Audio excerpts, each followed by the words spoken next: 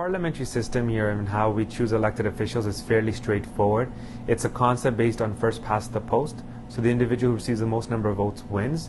And really, ultimately, it depends on what level you're participating in. So if it's municipal, again, you can put your name forward as long as you meet the requirements. There is some paperwork where you would have to go through a background check. There is the ability for you to make sure that you meet all the requirements. But ultimately, anyone can get involved if they're a Canadian citizen, as long as they are in good standing in terms of no criminal criminal background check or criminal problems associated with that.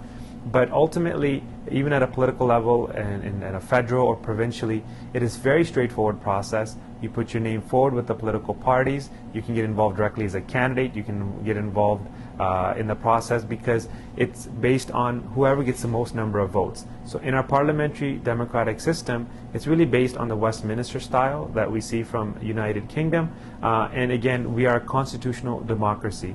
And what that means is any laws that we do create are very much determined by our Constitution, and that is the framework for lawmakers at the federal, provincial, and municipal level. So I'm confident that if you have a good understanding of our Constitution and you understand the basic concept of the most number of votes wins, you can very actively participate in the political process whenever you choose to do so.